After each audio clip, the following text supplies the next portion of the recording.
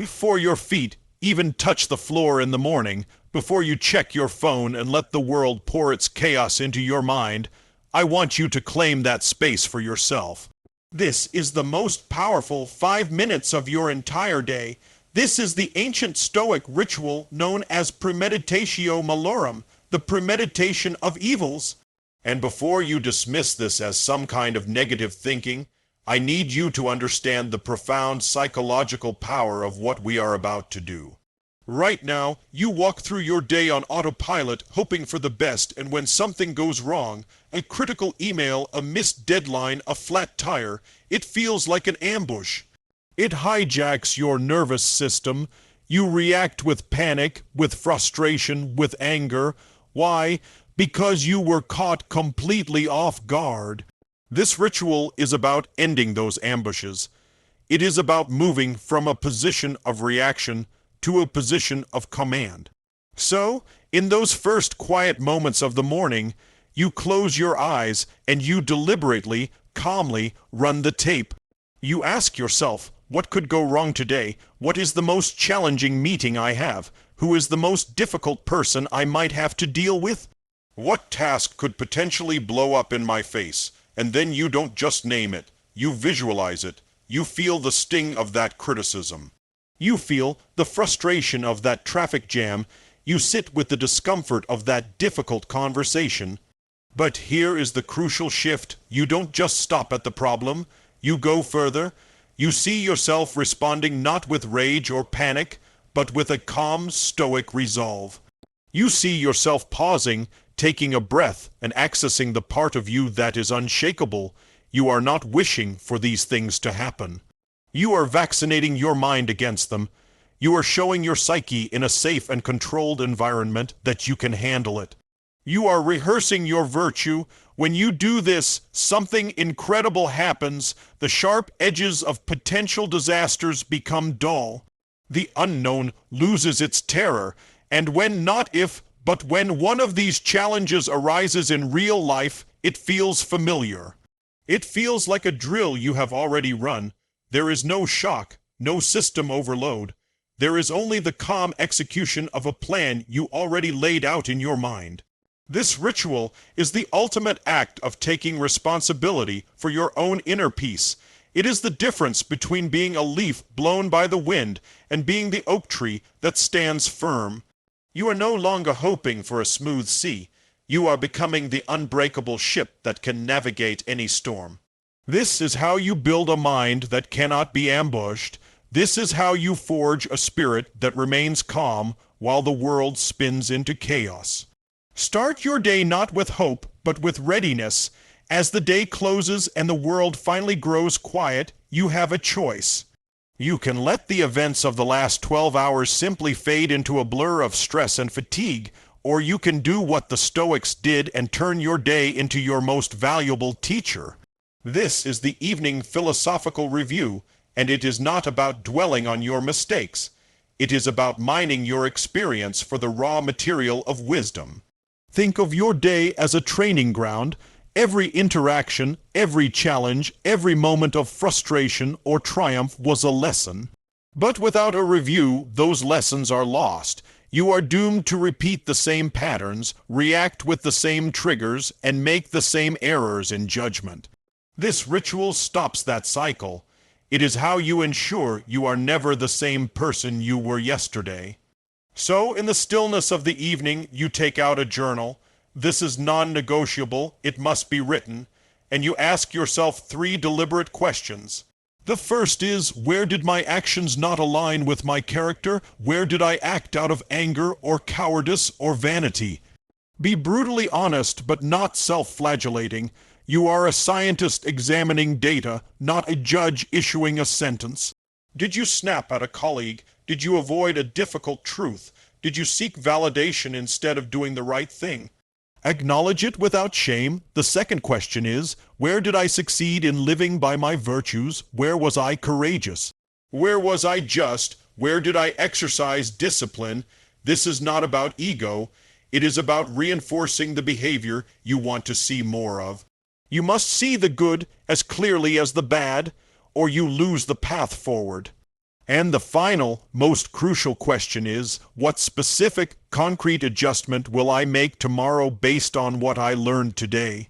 This is the bridge between insight and evolution. It is not enough to say, I will be more patient. You must say, tomorrow, when I feel that heat of frustration in a meeting, I will pause for 3 full seconds before I speak.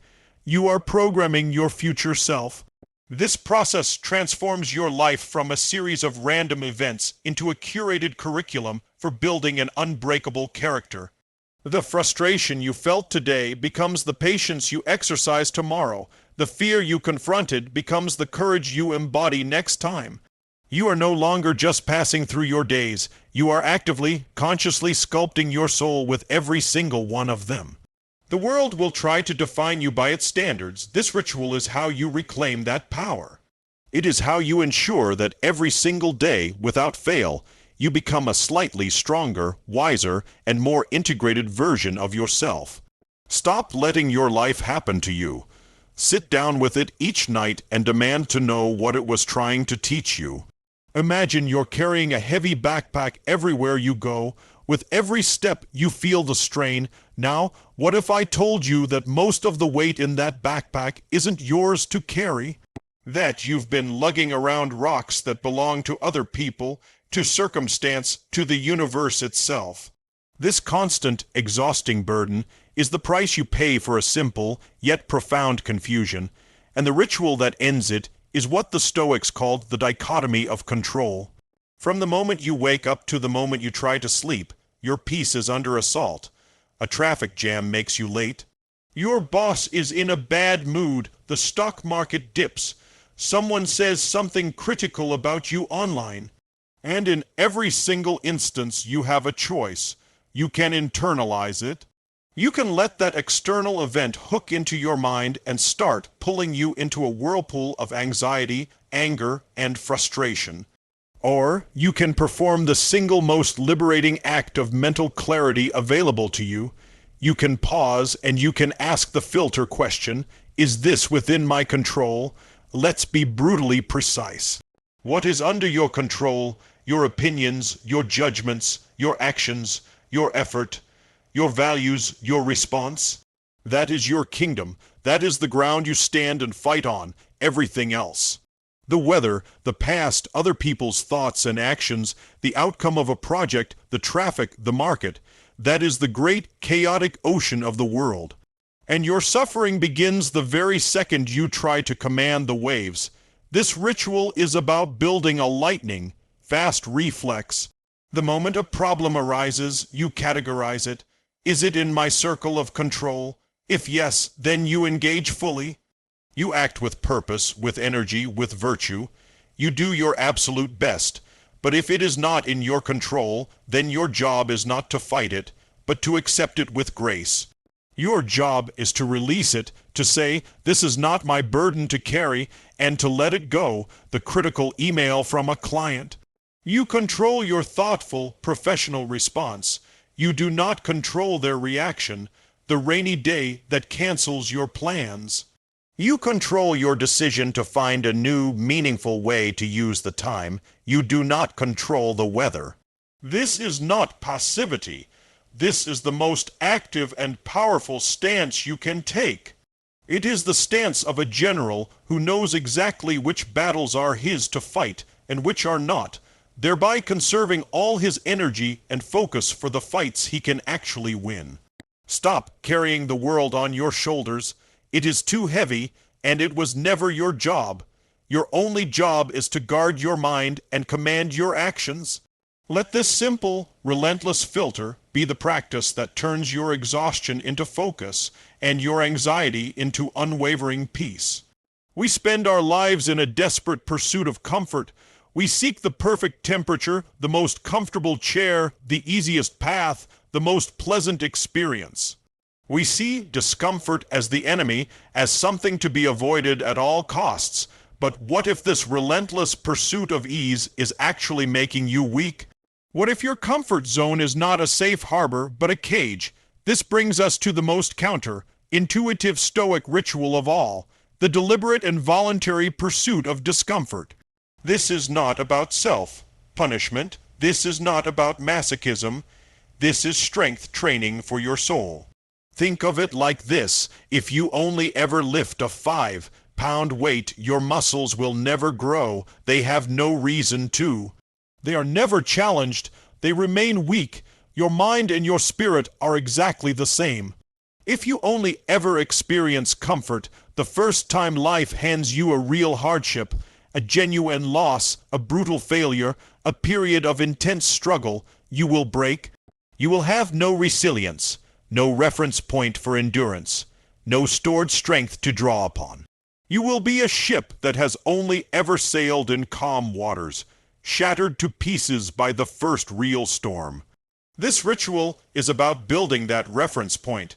It is about taking your soul to the gym. It is the cold shower you choose to take when a hot one is available. It is the walk you take in the rain without a complaint. It is the meal you skip to remind your body who is in charge.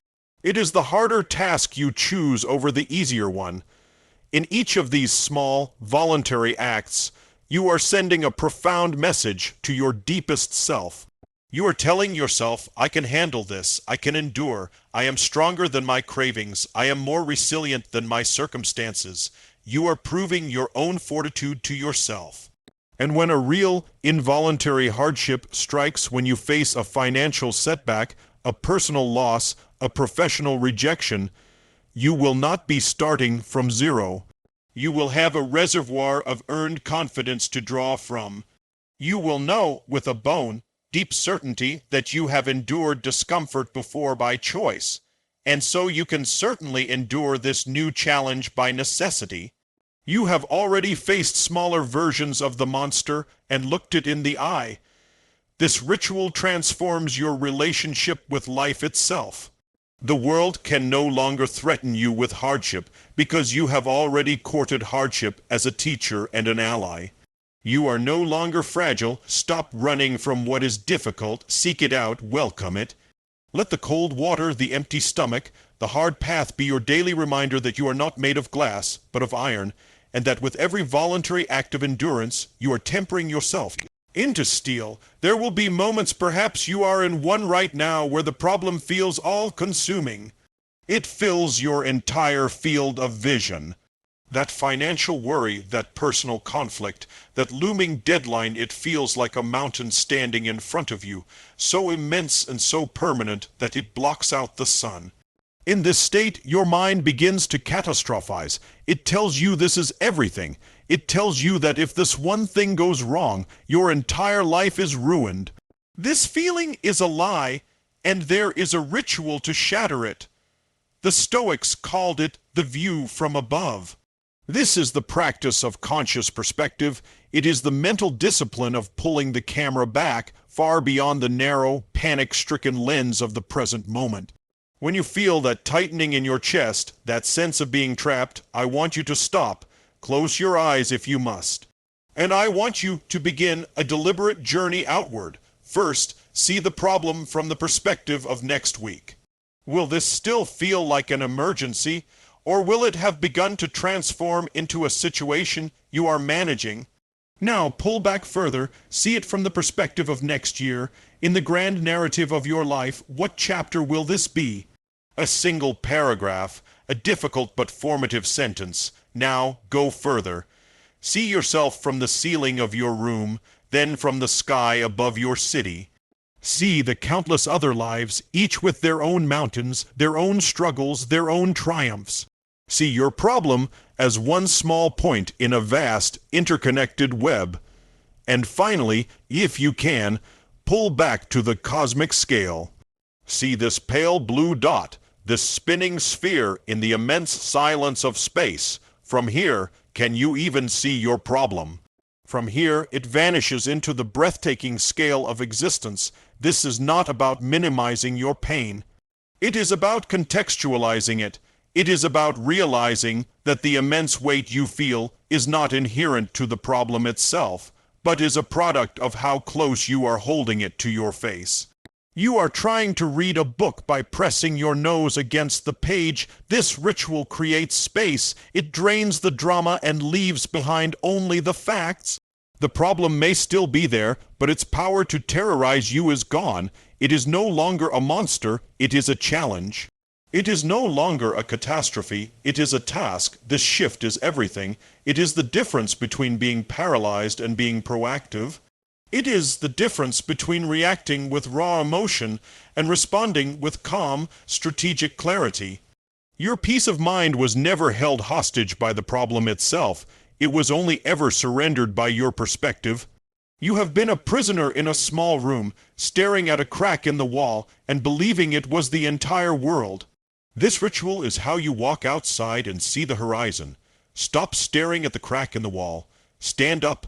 Open the door and remember the sky.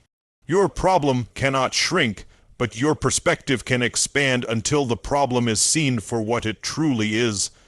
A moment in time, not the definition of your life. This is the ritual that changes everything. This is the one practice that can transform your entire relationship with life itself. We spend so much of our energy fighting what is.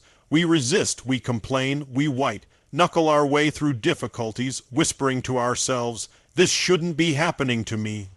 This internal resistance, this war with reality, is the source of your deepest suffering, and there is a single phrase, a powerful mantra, that can end that war.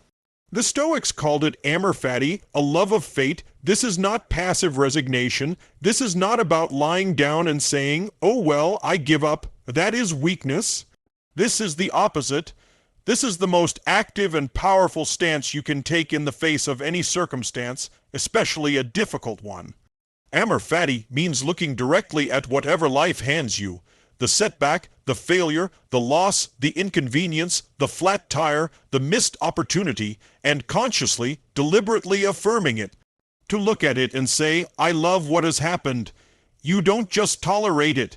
You don't just endure it. You embrace it. You accept it so completely that you would not have it any other way. Why? Because you understand a fundamental truth. Every single event, especially every obstacle, is raw material for your growth. It is fuel. The difficulty you are facing is the very thing that will forge your patience. The betrayal you experienced is the very thing that will teach you discernment. The failure you endured is the very thing that will give you the wisdom to succeed next time. When you practice amor fati, you are no longer a victim of your circumstances. You are the alchemist of your soul, and you are taking the base metal of a bad situation and transmuting it into the gold of character. This is how you become truly unbreakable. A person who can love their fate is a person who can never be defeated because they have recruited every single experience into their army. They see a setback and say, "Good, this will make me stronger."